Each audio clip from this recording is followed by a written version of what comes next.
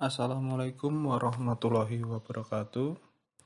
Alhamdulillah kita dapat berjumpa kembali dalam mata kuliah Sosiologi Hukum, di mana pada kesempatan kali ini kita masih membahas topik yang sama seperti yang sebelumnya. Kita masih mempelajari mengenai aliran-aliran atau mazhab yang berpengaruh terhadap sosiologi hukum.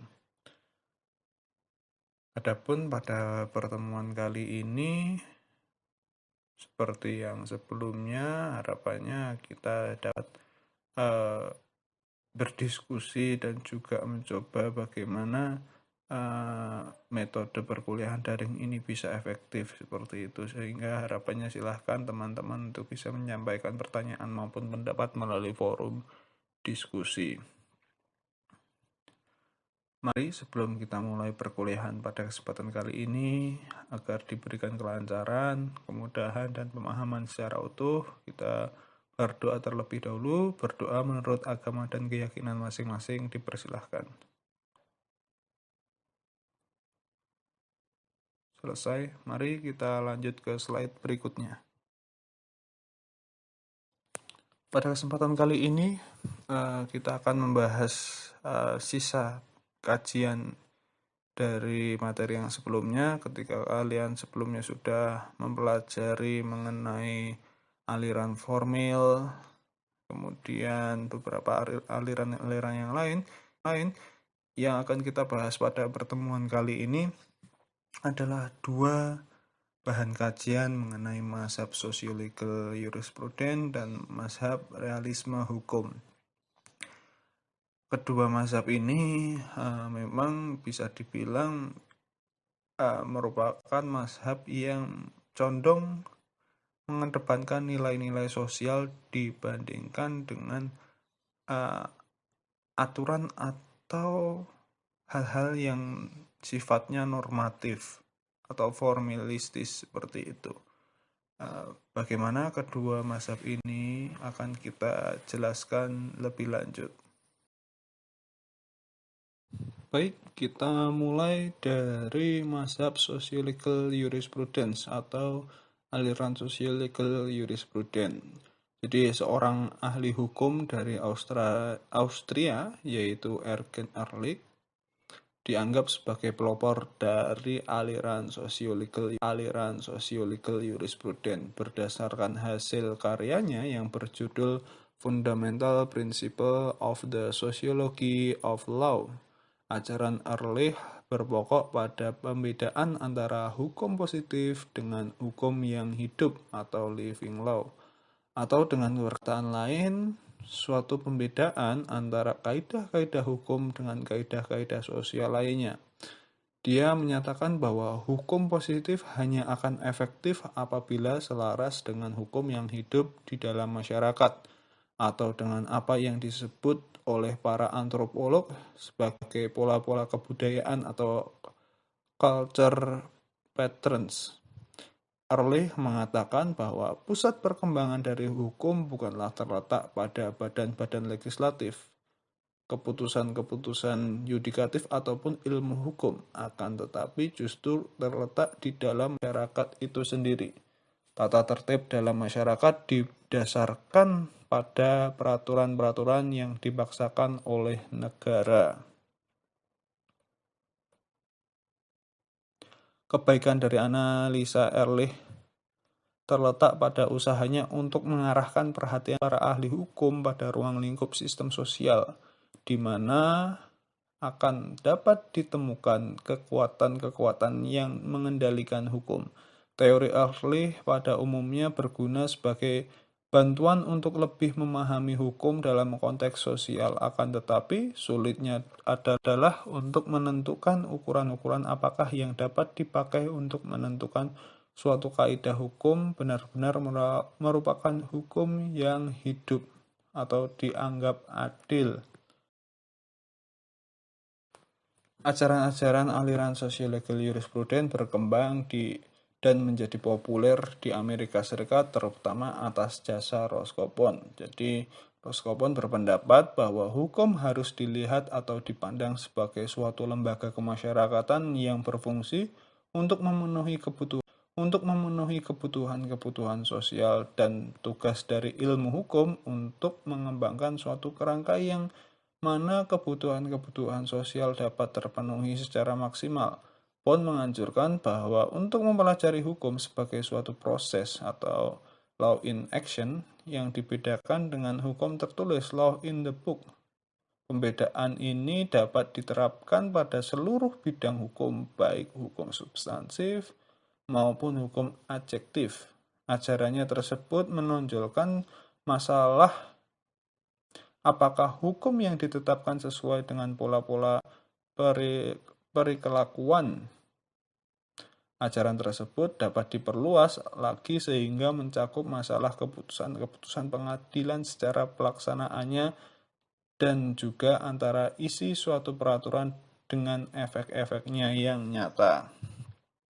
Jadi ya sudah jelas betapa tekanan pada kenyataan hukum merupakan suatu objek yang sangat penting bagi para sosiolog yang menaruh perhatian pada gejala-gejala hukum sebagai gejala sosial.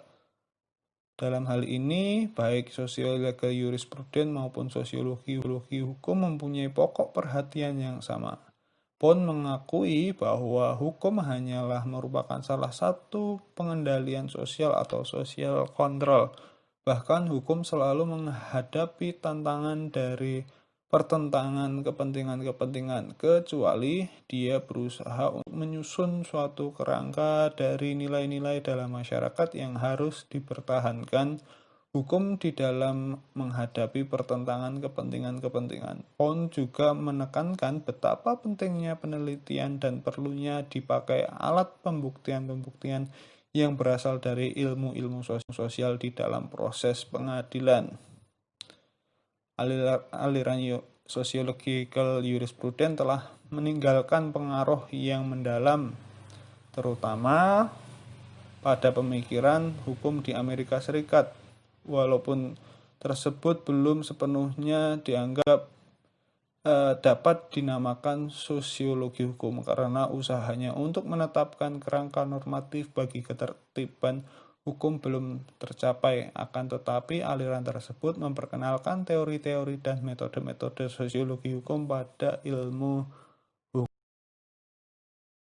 Yang berikutnya yaitu aliran realisme hukum. Jadi aliran realisme hukum diprakarsai oleh beberapa tokoh, diantaranya adalah Carl Lewin, ada juga Jeremy Frank, dan juga Justice Oliver Wendell Holmes. Ketiga-tiganya adalah orang Amerika. Mereka terkenal dengan konsep yang radikal tentang proses peradilan dengan menyatakan bahwa hakim-hakim tidak hanya menemukan hukum, akan tetapi membentuk hukum. Menurut Jeremy Frank, seorang modern tidak mau ditipu lagi oleh ilusi-ilusi semacam ini. Manusia sekarang tahu bahwa hukum sebenarnya hanya terdiri dari putusan-putusan pengadilan dan bahwa putusan-putusan itu tergantung dari banyak faktor. Disetujuinya bahwa kaidah-kaidah hukum yang berlaku mempengaruhi putusan-putusan seorang hakim, akan tetapi hanya sebagai salah satu unsur pertimbangan.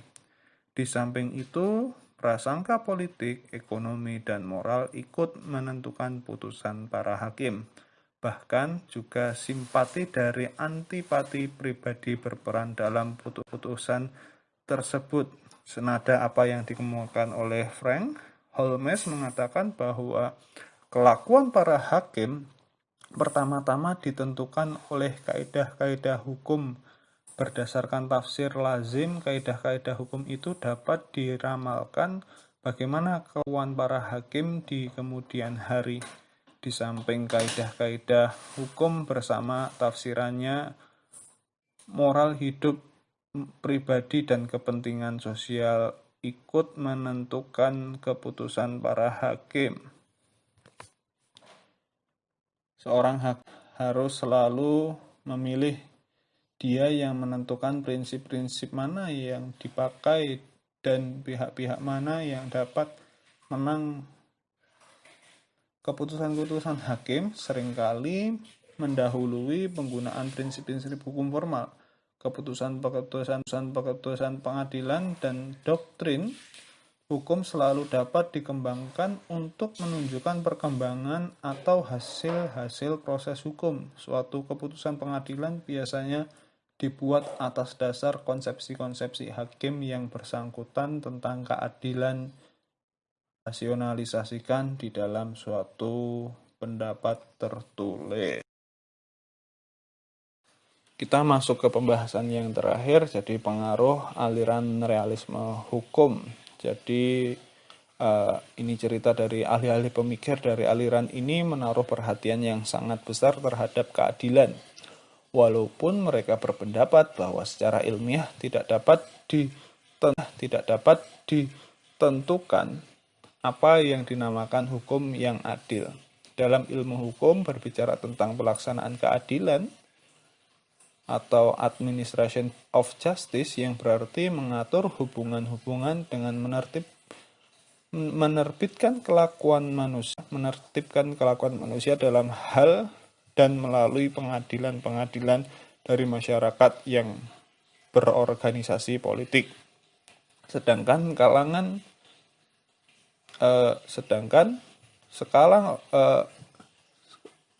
oleh penulis tentang filsafat hukum keadilan itu diartikan sebagai hubungan yang ideal antara manusia. Pokok-pokok pikiran dari aliran ini banyak dikemukakan oleh Justice Holmes dalam hasil karyanya yang berjudul The Path of the Law. Di dalam buku tersebut, Holmes antara lain menyatakan bahwa kewajiban hukum hanyalah merupakan suatu dugaan bahwa apabila seorang berbuat atau tidak berbuat, maka dia akan menderita sesuai dengan keputusan suatu pengadilan.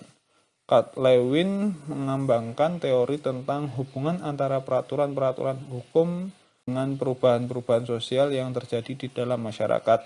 Di dalam teorinya, Lewin menekankan pada fungsi hukum. Tugas pokok dari pengadilan adalah menetapkan fakta dan rekonstruksi dari kejadian-kejadian yang telah lampau yang menyebabkan terjadinya perselisihan. Aliran realisme hukum dengan buah pikirannya mengembangkan pokok-pokok pikiran yang sangat berguna bagi penelitian-penelitian yang bersifat interdisipliner, terutama dalam penelitian-penelitian hukum yang memerlukan kerja antara ilmu hukum dan ilmu-ilmu sosial. Itu adalah pengaruh dari aliran realisme hukum. Itu saja yang dapat saya sampaikan, teman-teman. Silahkan apabila masih ada hal yang perlu ditanyakan atau diklarifikasi, silahkan ajukan pertanyaan maupun pendapat kalian terkait materi yang telah saya sampaikan. Kurang lebihnya saya mohon maaf. Wabillahi taufiq wal hidayah. Wassalamualaikum warahmatullahi wabarakatuh.